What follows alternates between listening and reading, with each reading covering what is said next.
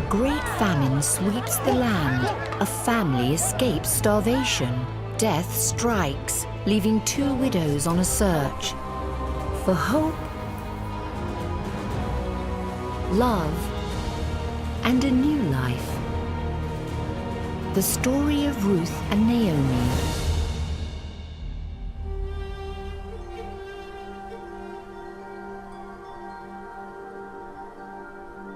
In the days when the judges ruled in Israel, a severe famine swept the land.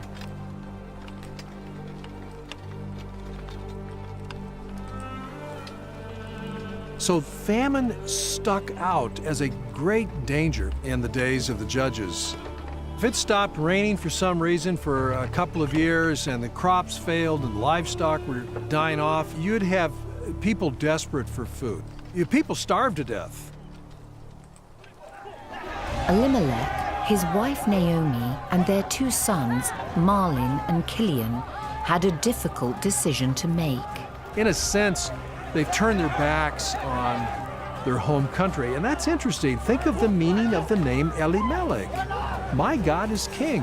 I'm leaving my God's land, and I'm going to a country that is the enemy of God's people because I'm desperate. I don't believe that Bethlehem, the house of bread, will have bread anymore. And so he takes his family and goes to Moab, and everything seems to go wrong. While in Moab, Naomi's sons marry Moabite women named Ruth and Orpah.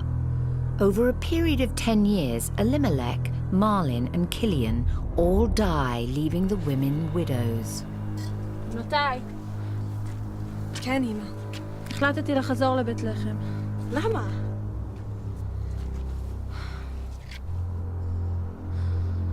Naomi hears that the famine has stopped in Israel, that God has given her people food, so she decides to return home.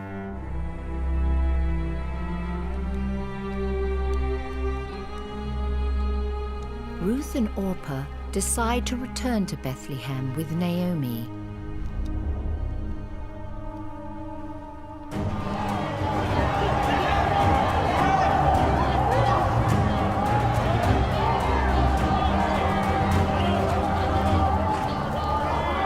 אמא, הכל בסדר?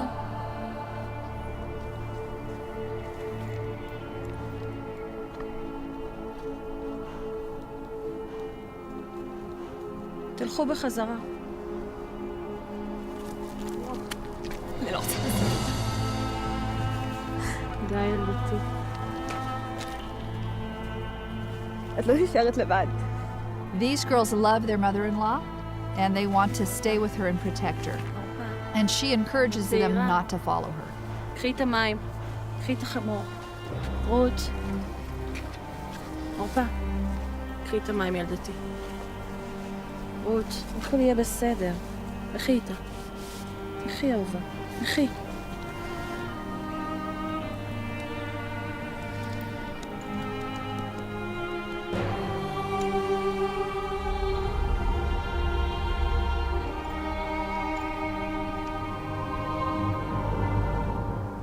Orpah accepts Naomi's advice and returns to her family. But Ruth risks everything.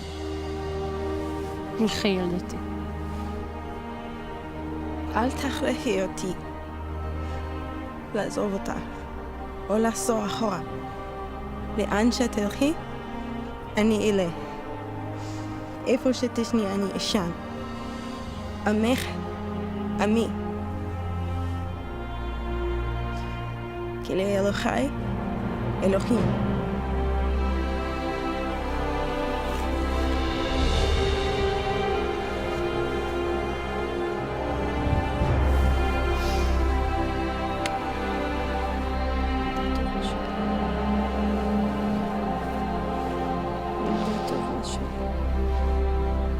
She says one of the most beautiful things, I will go wherever you go.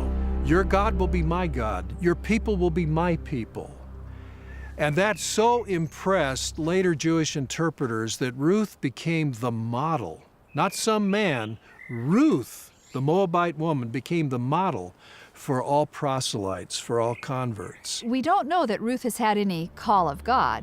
We simply know that she loves Naomi so much that she is willing to identify with her, to protect her, and rather than going back to her father's household where there would be men to provide for her, she is going to be a provider for a widowed older woman.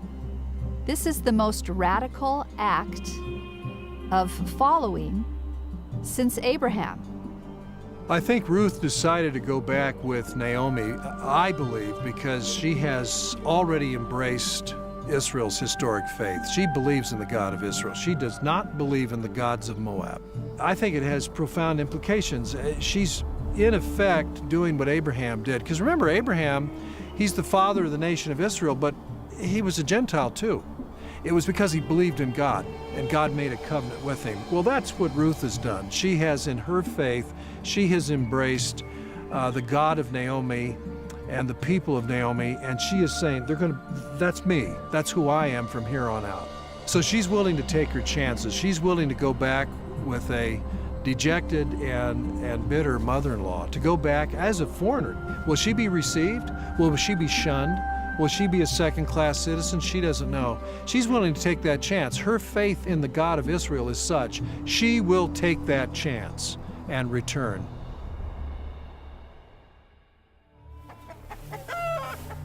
Naomi returns dejected, bitter, probably thinks, yeah, people will laugh at me and mock. They'll say, yeah, well, you and your husband turned your back on your own people, and now here all these years later, you come back and you have nothing. Your husband is dead. Your sons are dead. You have no more sons. You never will. And what do you have? A Moabite daughter-in-law. נעמי. לא קוראים לי נעמי. קוראים לי מרה. והאישה הזאת עמך? זו רות, כלתי. ממואב.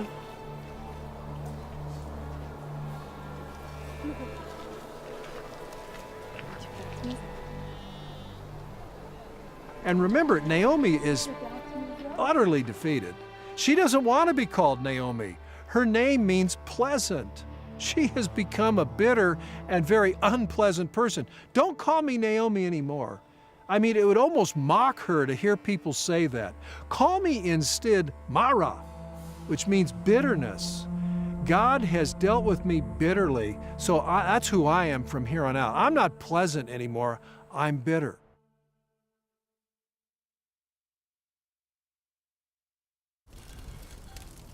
In the book of Ruth, anything that happens by chance is actually God's providence. God is working in the background, moving things around. רות. אמא? אין לנו יותר אוכל. נגמר האוכל.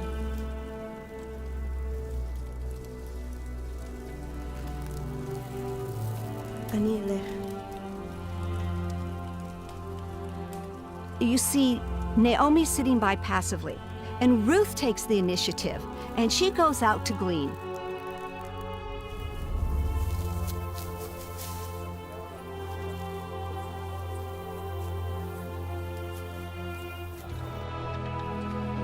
רות. אמא.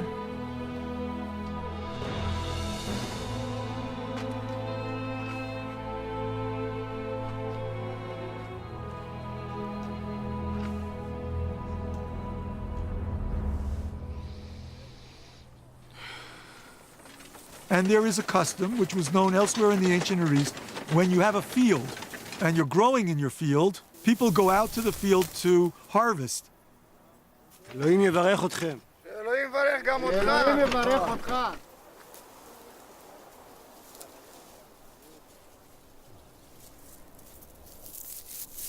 And if the harvesters leave something, drop something, they're not supposed to pick it up. They're supposed to leave it for the poor to come afterwards and pick it up. And that way they will have some sustenance as well. Ruth goes out to glean because she's poor. They have no land of their own. And so she relies on this gleaning practice. She happens right away to get to the field of Boaz. And she doesn't realize there's a connection here. But you see, God is behind the whole thing. These are small towns, small villages, everybody knows everybody, but she's obviously a stranger, and word gets back to Boaz, the owner of this field, and he inquires, who is she?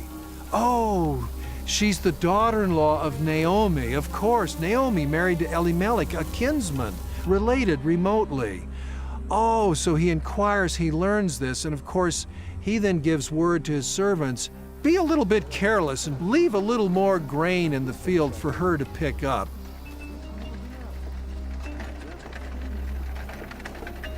Turns out he's a good man. He's a fair man. And as the story unfolds, he becomes increasingly interested in her.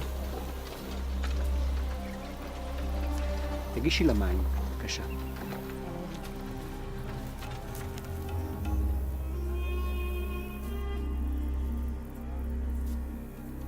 He allows her to glean with all the other women. He allows her to drink the water that has been drawn for his workers. So he takes her under his protection. He recognizes her distinctiveness. She's different somehow. She stands out. Maybe he's smitten. Okay, maybe he just thinks she's a beautiful woman and is wanting to know her more. אני יודע מי את. אני שמעתי כל מה שעשית למען חמותך, נעמי. אני מאוד מעריך את זה. את יכולה להמשיך לעבוד פה כמה שאת רוצה. אמרתי לגברים, יש פה כל הכבוד שלך. את יכולה להישאר פה. But he pronounces a blessing on Ruth, and he says that may God spread his wing over her. May she be under the protection of his wing. תודה. Bethlehem is a small community, and everybody knows everything about everybody else. And gossip is always working well, and he knows and he appreciates her, and that's why he treats her so very well the moment he sees her. At the moment he learns that this is the lady who came with Naomi, he treats her so very well and makes sure that she will go home with a lot of food for her and for Naomi. So Ruth goes home at the end of the day, and she tells Naomi everything that's happened. But Naomi knows something is going on here by the amount of food that Ruth brings back.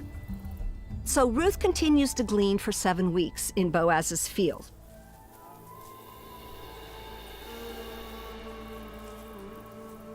So Ruth stayed close to the women of Boaz until the barley and the wheat harvest were finished. And now we're at the end of the harvest, and they're going to celebrate the harvest. Now Naomi wakes up and she has a plan. יפה.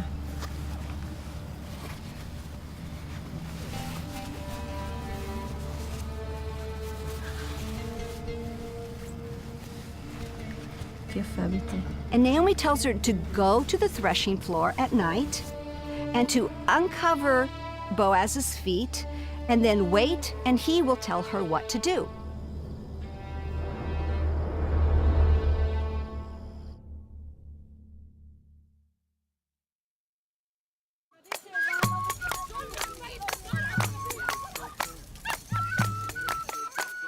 For Boaz and his workers, the harvest was a time of celebration. It was at night, while the grain was being winnowed, that the festivities began.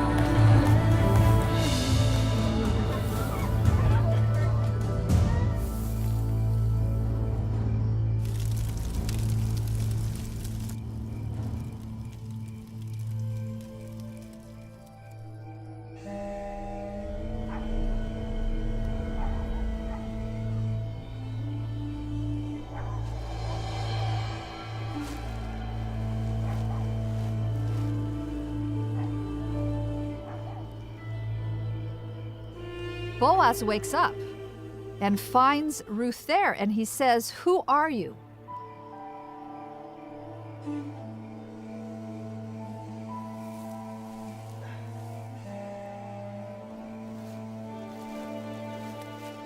מי את? אני... רות.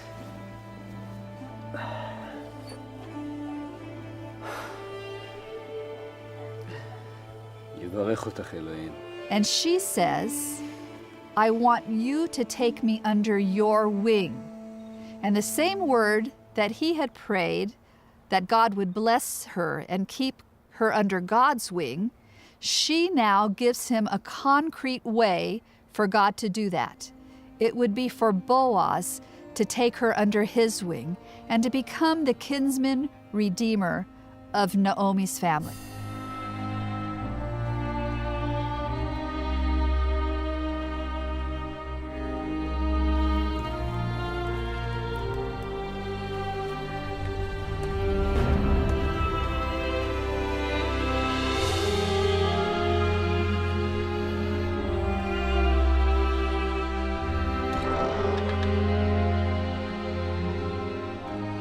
There's something about Ruth that attracts him.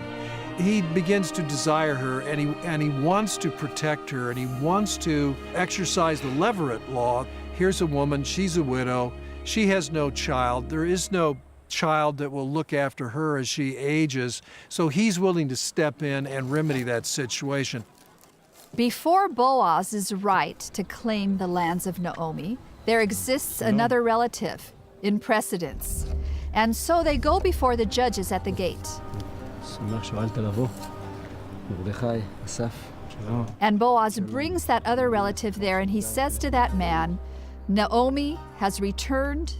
She has land that she wants to sell, and it needs to be sold within the family. You have the right of first claim. Oh, the other man is very interested and is willing to do this. But then Boaz says there's one condition. You must marry the widow of her son. You must marry the Moabite woman Ruth in order to purchase the land, so that descendants may be raised to his name. במה אתה יכול לעזור לרות ונעמי? אם תגאל, גאל, ואם לא יגאל, אמור לי ואדע. רות והשדות, אה? אבל הילד יהיה של מחלון. כן. לא אוכל לגאול, ונשחית את נחלתי.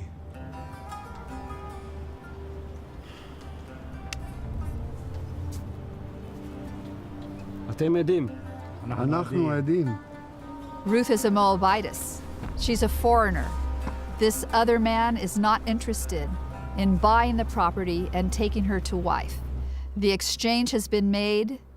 That first claim is set aside, and Boaz can step in to take Ruth as his wife. He knows the measure of the woman. He knows the quality of her heart. He knows her dedication to Naomi and to the God of Israel. They marry, they have a son, and from the line of Ruth and Boaz comes David, who will be king of Israel. שלום, נעמי. שלום, מה שלומך? מה שלומך? בסדר, מה שלומך את? תודה, מה שלומך מתוקה? מזל טוב, מזל טוב. תודה, תודה רבה. In a very beautiful moment, she gives the child to Naomi, because Naomi, whose life had been made bitter, now truly experiences her life being made pleasant. And she can rejoice in the fact that having lost everything, God has given her a grandson. The legacy left from the lineage of Ruth still reverberates down through history. In the genealogy that ends the book, Boaz is considered to be the father of Obed, who's the father of Jesse, who's the father of David. David, the king, comes. Israel is brought together as a kingdom. That's great, but even greater is what comes from David, and that's the Messiah himself. So this story, it's just this beautiful little 4-chapter romance novel, almost, ends up historically and theologically becoming an extremely important story in the whole story of God's saving work in Israel and the redemptive work of the Messiah himself. Ruth is the perfect character throughout. Faithful, does what her mother-in-law says, willing to serve, and she becomes then an instrument of blessing because she has already made her decision. She embraces the God of Israel, Naomi's God. She's embraced Naomi's people, and she then herself, this Moabite widow, becomes the agent of blessing for Naomi and begins to turn the whole story around. And amazingly, she becomes an actual mother through whom the Davidic line goes. So she is an interesting character, a Moabite widow, and now a book in the Bible is named after her. That is a remarkable story. Ruth is a book that speaks to us on many levels. We have women who have experienced true loss. I think when we look at Naomi in particular, we see such disappointment. She has nothing positive to say in the beginning of the book. Suddenly, a seed of hope blossoms in her life. And for the first time, she can envision that maybe God will take her out of the depths of the valley and bring her back to the mountaintop. And really, the story of Ruth is the story of Naomi. It's the story of complete loss, and then God coming out of that terrible place to bring restoration, hope, and new life.